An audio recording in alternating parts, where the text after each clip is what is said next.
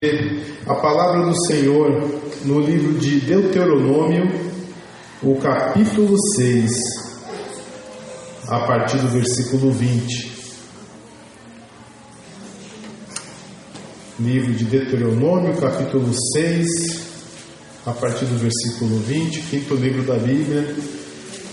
Diz assim a palavra do Senhor: quando teu filho te perguntar no futuro, dizendo: que significam os testemunhos e estatutos e juízos que o Senhor nosso Deus vos ordenou, então dirás a teu filho: éramos escravos de Faraó no Egito, porém o Senhor com mão forte nos tirou do Egito. E o Senhor aos nossos olhos fez sinais e maravilhas e grandes e terríveis contra o Egito, contra Faraó e toda a sua casa, e dali nos tirou para nos levar e nos dar a terra que jurara a nossos pais. Amém? Eu estava pensando sobre isso, irmãos, que a nossa salvação, creio eu que na Bíblia nada se compara ao relato que começa em Gênesis 50, quando José diz que certamente o Senhor vos visitará, vos libertará, e vós ireis enterrar os meus ossos na terra dos meus pais. Então naquela época o povo de Israel já estava sendo escravo no Egito, e nós também fomos escravos no mundo. Nós éramos servos de Satanás. Mas como assim servo do diabo? Nós somos servos de quem a gente obedece. Jesus falou assim: o vosso pai é o diabo, não é Deus. Por quê? Porque vós fazeis as vontades dele, de Satanás. Então vocês são servos dele. Nós somos servos de quem nós obedecemos. Nós somos empregados de quem nós obedecemos, não é verdade? O patrão pagou, nós estamos aquelas horas, então nós servimos a ele, não como escravos, né? Mas nós obedecemos aquilo ao qual nós somos contratados. O escravo é pior, ele pertence a uma pessoa, e ele tem que obedecer àquela pessoa e não tem escolha. E nós éramos assim.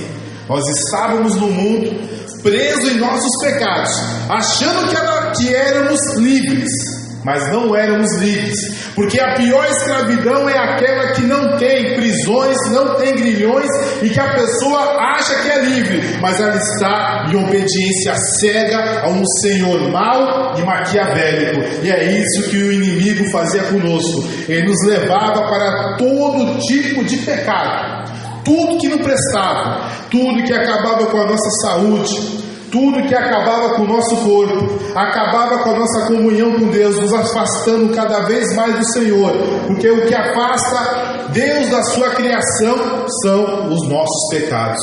E assim nós estávamos. Só que o inimigo, assim como o Faraó, ele é poderoso. Não tinha como os filhos de Israel ter a mínima chance de lutar, fazer uma rebelião contra o exército de Faraó, que na época era o mais poderoso do mundo. Irmãos, o exército do Egito, vou fazer as contas, por mais ou menos uns 3.000 anos foi o exército mais poderoso. Antes de Abraão existir, o Egito já era poderoso, e ele foi perder poder apenas, talvez, no tempo de Alexandre o Grande, isso foi no ano 440 depois de Cristo. E foi então do ano mais ou menos 2400 antes de Cristo a 450 antes de Cristo, foi o país mais poderoso do mundo. Não foi invadido, ninguém ganhou do Egito, apenas Alexandre o Grande. Nem Nabucodonosor, nem os assírios, nem os hititas, ninguém ganhou deles, nem os persas ganharam deles, só Alexandre o Grande. Então foi milênios e milênios de poder. E o povo de Israel, que era escravo deles, não tinha a menor chance de sair do Egito, forjar armas, lutar contra os cavalos e cavaleiros de Faraó e sair de lá. Eles iam morrer. Ao invés de serem escravos, eles seriam mortos. Não tinha a menor chance. E nós éramos assim, irmãos. não tínhamos a menor chance de sair do mundo se não fosse a mão poderosa de Deus, se não fosse a mão poderosa do Senhor e Salvador Jesus Cristo. E aí me lembra o que eu li nessa semana, que Jesus falou assim, que o próprio Deus falou para Moisés: Moisés, fala para esse povo, mata um cordeiro, cada um numa casa mata um cordeiro, pega uma esponja e nos umbrais coloque o sangue do cordeiro, porque eu vou julgar o Egito. O que vocês não podem fazer com as espadas, o que vocês não podem fazer com lanças, com escudos, eu vou fazer no Egito, e o meu nome será glorificado em Faraó, e vocês vão sair daqui amanhã. Não vai nem levedar o pão de vocês, vocês vão sair daqui amanhã. E eles tiveram que fazer apenas uma coisa: obedecer. Pegar aquela esponja, aquele sopro, molhar no sangue do cordeiro e colocar nos umbrais da porta. Mas sangue de cordeiro tem poder para tirar as pessoas do Egito? Sangue do cordeiro tem poder de livrar da morte, livrar da destruição? Tem, porque Deus mandou. E Deus mandou o seu Filho unigênito para que todo aquele que nele crê não pereça, mas tenha vida eterna. E pelo seu sangue nós somos lavados. Assim, pelo sangue do Cordeiro, o povo de Israel pôde passar dali para a terra prometida, porque eles não tinham como vencer. Eles eram escravos de Faraó no Egito, mas o Senhor com mão forte os tirou de lá. E a mesma coisa é a nossa vida. Eu não tinha como sair do mundo, você não tinha como sair do mundo, nós não tínhamos condições, não tinha pagamento, não tinha sacrifício suficiente, não tinha esforço suficiente. Mas um dia alguém me falou de Jesus. Alguém falou de Jesus para você e disse: creia no Senhor Jesus, porque não há nenhum outro nome ao qual importa para os homens ser salvos, a não ser o nome de Jesus. E nós cremos pela fé e saímos do Egito. E hoje nós estamos aqui glorificando o nosso Deus como? Pela obediência. Não é esforço, não é fazer nenhum tipo de exercício, não é fazer nenhum tipo de curso, não é fazer nenhum preparatório, é apenas a obediência da fé.